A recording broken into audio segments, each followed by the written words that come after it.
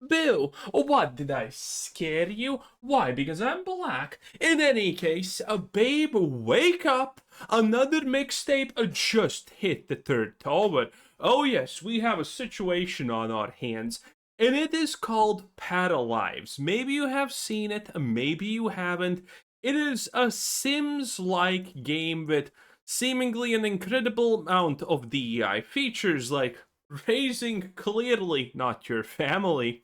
In any case, this game is kind of interesting. People are referring to it as pretty much the new mixtape situation, but the situation is way more complicated than that. And I would like to instantaneously say it does look true ish, but at the same time, not completely true. This is what's happening. People are calling it out for being another industry plant. We got rock solid. Wake up, honey. A new industry plan just dropped. And it's very suspicious because everything surrounding this game, when you look into it, is suspicious. Is it an industry plant? Well, you can decide that on your own, but it's definitely extremely suspicious. And this post got community know that Paralives has been in development by indie studio Paralives Studio since 2019 as a solo project that grew via Patreon funding, not a new industry plant. And then you have the Wikipedia page, which credits something like 10 plus people working on it, including an artist, compositors, and whatnot. And it says about the Patreon. And the Patreon actually exists. Yes. And this thing is making 41K a month, which seems a lot, because that's a lot of money, obviously. But the interesting thing about this is, well, 41K, what is exactly 41K a month? When you have potentially 10 people to pay. Now, granted, obviously it's less, you don't pay the composer constantly, and maybe over time new people had joined the project. But in any case, well, 41K does seem a lot when you consider the fact that, well, these are game developers, artists, and whatnot. The artists probably get paid less because no one likes artists. But when you actually Google things like, for example, average game dev salary America, you get 100K between 120K roughly. Now, I didn't check, maybe they're Canadian, and Canadian money is not real money, as we all know, but still it would be almost comparable. But in any case, when you divide this 41K with 10, you get that these people are working roughly for 4K a month, which seems fucking completely irrational when the average American salary for a game dev is something like 100K. So these people are effectively working for what could be considered free. Free. So that doesn't make any sense, but there's things that make even less sense about this thing if we look at it.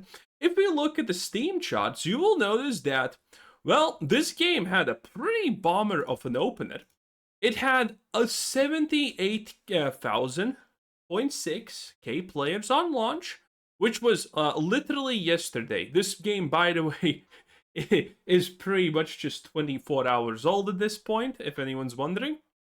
And the peak of this game was at 3 p.m. for our American friends, and that was 78K effectively. And then the same amount of people literally play the game for 1 hour, 2 hours, 3 hours, 4 hours. And, effectively on the 5th hour, which is only around 8, it started dropping. Okay, so when you look at literally any successful game release, you're gonna see that peak time, even for fucking shit tier games, is roughly until at the bare minimum, at least 10 p.m. for our American friends. And on average, it's always minimum 12. And then if the game is good and it has found some kind of audience, or at least people like it, its highest peak is around this, honestly, what you see here. 2 and 3. But the game started losing extreme steam around 2 and 3. And now it's the next day, and things are picking up again, which is strange. The graph in itself is kind of strange because almost no game does these things. And this game does a lot of things that almost no games and graphs ever do on Steam charts, which is kind of sus. And here's the super sus part. 85% people like this, and it has an 80k peak, and only 3k reviews. Like, what the hell is this devilish thing, okay? Look at Marathon. 90k peak, 51k views. Forza Horizon 6, which is, by the way, doing really great. We haven't talked about this, but it seems like this is a racing game that even non-racing game players like. Like, look at this graph. Absolute peak, boys. It's doing really good. Look at this. No Monday drop. Like, Forza Horizon 6 is a massive success. I hope you're enjoying it if you're playing it. But look at this. 145 peak, 53k likes. We can look at something like Tainted Grail, an older game, a cult type-ish game. 25k peak, 31k reviews. You can even look at fucking Mixtape, which is definitely fake, as we all know. And this thing had a peak of Tainted Grail, yes, I said the right one. Okay, and you look at Mixtape, it had a peak of 2.2k players, and it has 6k reviews. And by the way, Mixtape, it's still going strong. Like, my god, look at this. A 3-hour game is somehow still managing 300 players after, like, literally 3 weeks after its launch. This is insanity. This is 100% fake. But in any case, as we can see, the reviews are insane. And for some reason, Paralives doesn't have it. Okay, but does anyone talk about Paralives in general? Well, we have the rock solid thing, and oh, right, actually, I want to check this one out a little bit. And we got the community notes. People are talking that this has been 10 years in development. And then we have the fact that it's confirmed a DEI by, I have no idea what the hell this is, but I mean, clearly this is at least a little bit DEI considering what the fuck is going on just by every picture that we have of this, right? And the fact that there is no way that this game can be made with only Patreon backing, because there's no way. No one's gonna work when the average game developer is making 100k and you're getting an offer that's something like maybe 4 fucking k if you're lucky a month. No, that's not happening. Okay, and then you look at who actually is the guy who made it. It's Alex Macy, whatever. And he has done a bunch of random things. He has his own website, which is, I mean, not even in the slightest bit arrogant. And then we can look at what this guy actually has done. And when you look at Alex Macy, and this is the guy, what he is credited for, he is credited for Jotun on 2025. And that's it. This is a new release, so he's not going to be credited just yet. But when you look at the companies where he has worked, he has been pretty much working at nothing but Thunderloaders games for the past decade and something. This also shows up, but this doesn't matter too much. Everything has 26 to it. But Thunderloaders games matters here, okay?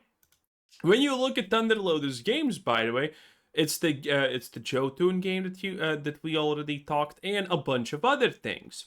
And seemingly, there's no connection here between Alex Macy and Thunderloaders games, which is exactly the interesting part, that there is no connection. Because when you look at Thunderloaders games, what is this? Well, this is an indie game studio that had one game that's called Jotun, which doesn't look necessarily bad, by the way. And it had 26k peak players, and this was literally more than a decade ago at this point. And since then, this company has been making a lot of indie stylish, I don't know what kind of games you want to call them, like hand-drawn games, I guess. But whatever. I don't know if they're woke. I don't know if they're garbage. I don't know whatever. But the fact is, they have released a bunch of stuff, and when you have one game that's made for that got successful in this 27K peak, you are absolutely not funding anything for the next decade and more with just these many sales. So needless to say, that Thunder Lotus is 100% taking probably taxpayer money. I haven't looked into it deeper, but I'm assuming probably yes. And this is their website. Okay, I'll give it to them. Okay, this is at least a good website. All the modern day goddamn Vogue game slop devs have shitty website. This one at least is good. You got your thing here, you got your stuff. It actually looks pretty nice.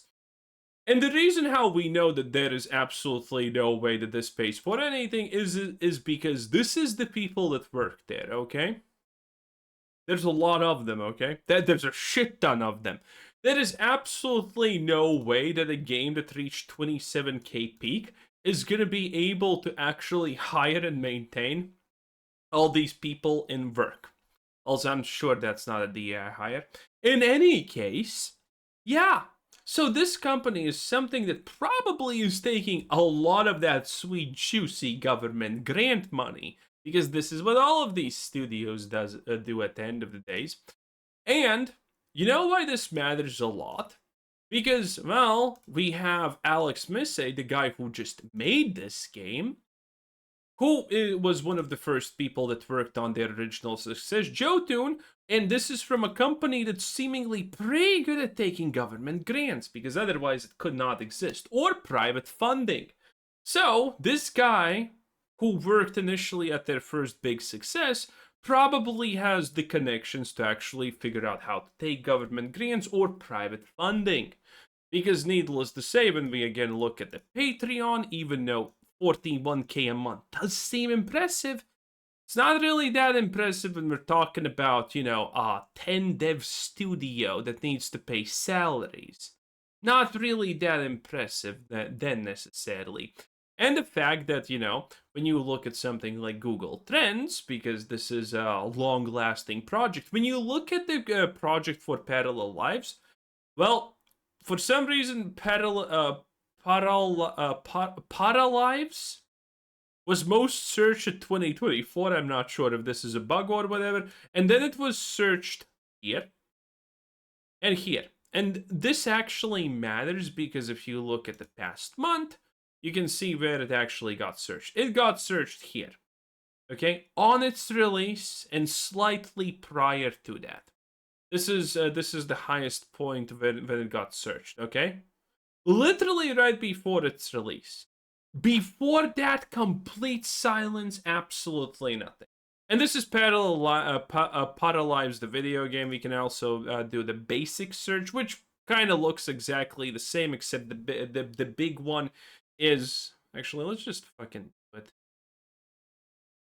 The big one is only here for Paralives in general. So, if this thing was so popular that it literally got 80k concurrent players, how the hell has no one searched for Paralives until the point where it literally was one day until fucking release?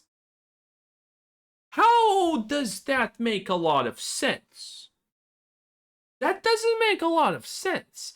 So, all of these things are very fishy, okay?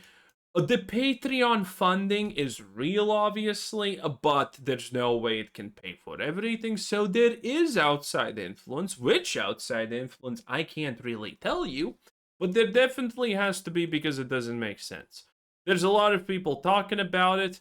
The Google Trends don't make sense, and I actually don't have it. I lost it, shit. Actually, maybe we're gonna see it here. And when you look at how many people are talking about Paralives, it's also very interesting and strange, and it doesn't make a lot of sense. This is the top when you search for Paralives, right? It's rock solid, then it's, it's a bunch of things. And this is Paralives, 500, almost 600k views, but it's May 21? It's May 21, and when we look at Google Trends, like, did people search at May 21? No, fuck no. No one literally searched Paralives on Google on May 21. Determine General or the game. No one searched it. No one cared. But somehow Paralives just went viral on Twitter with the grand effect of literally no one caring? Again, I can't really say that this is AstroTurfed, but it seems very sus. It seems currently, I would, if I had to place my money, no matter what, I would say that this is some of it. It's real, but some of it has been AstroTurfed. Okay, you look at other things. It's like pretty much nothing but a couple of things. This is 18 hours ago, but this is a Skyrim meme, and those things are awesome. I love them. You know, you look at there's no one. Look at this. This is the announcement of the game going live. 700k views. I guess that's at least believable, but I mean, everything else is just unbelievable because these are the big hitting things. These are the big hitting things, and most of them are not getting anything. It kind of seems very, very, very strange. And if you're saying, oh, maybe this is a game for women, you know what women do? You know what women do, bro? They fucking promote shit. If Paralives was literally like 90% women focused, they would be pressing the like button on Steam. You know it. We can actually look at the Sims, whatever. Sims 4. Let's look at the Sims. Look at this. Look at this. Look at this. 95k peak 3 years ago. 100. Yeah. Women press the like button. That's why I love my women audience so much. Because they do press that like button a lot. They know what's up. They know what's important in life. And that's pressing the like button, obviously. And then you look at the latest news from the people talking about Paralives, and it's not a lot. It's not a lot. Now, don't get me wrong. It's not like non-existential. But the thing is, look at this. It's women. It's actually women. This is a woman. This is a woman. This is a woman. This. Most of this is women just tweeting about this. And there's honestly not that many tweets. I mean, there is definitely a reasonable amount of tweets. Don't get me wrong, it's not the smallest, but it's not the highest. And I for some reason have lost. Oh no, here it is. I exactly wanted to talk about this. And this thing, and this post, by the way, is fucking. This post was posted 18 hours ago, which means Paralives sold 250 copies in the first 8 hours. Oh, they actually say that. I'm an idiot. Yeah, it sold this much copies in 8 hours. That's insane. That's insane, bro. That is absolutely insane, bro.